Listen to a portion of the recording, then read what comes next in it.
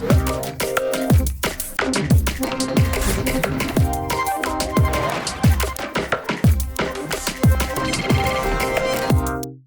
you please describe how you entered the world of technology? How did it came about that you started working in the technology field? Yeah, it's maybe interesting to make it a little bit more personal because stories like that are always a personal story. I think the real origin of why we are here today is somewhere a lot of years ago. I think I was something around 11 and the world of computers was emerging. And in our family, the bigger family, Commodore Amigas were appearing here and there. And our family didn't have any computers besides an Atari, which is of course a game console. Yeah.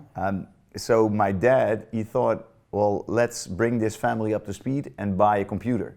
And the fun part is it was not a new computer, as you do nowadays. It was the only second-hand computer that I knew that anybody bought in his entire life. And that was the first one that I used.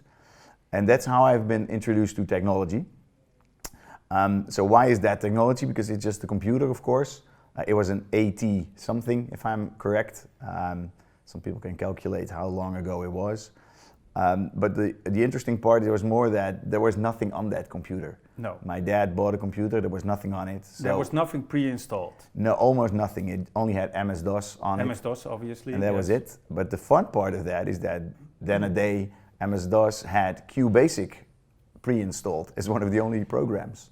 And that was my first introduction to programming and technology as well. And to be honest, I didn't stop coding and using technology ever since. So I still need to find the person who sold us that first computer because he put something in motion that he didn't know of. He was the spark to that innovation. He is the true innovation spark. We should look him up. Yeah, we definitely should, yeah. And what compelled you to start coding?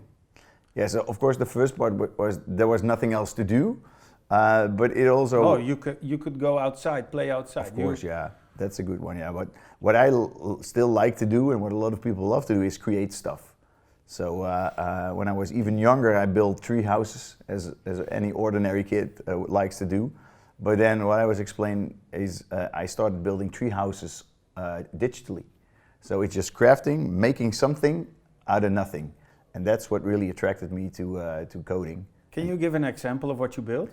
Yeah, I think the first one was to track my grades on school or something like that, or build a grocery list. And it was just a simple input and then displaying on a screen, stuff like that. But that's how it started.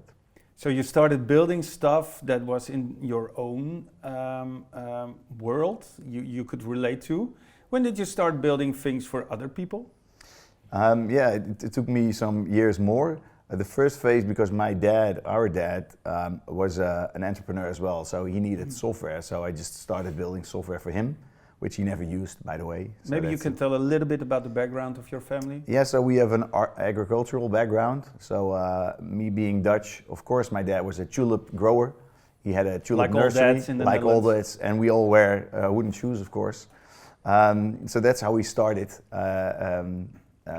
We started helping him, not only just helping him in the labor, but also in help providing him with tooling. So that was the first initial thing. And then when I moved up the ladder, so I went to different schools, and then at the end, when I was doing my bachelor's study, then a day, I started doing freelancing, and we really started to do the first entrepreneuring. And that's how we set all of this in motion.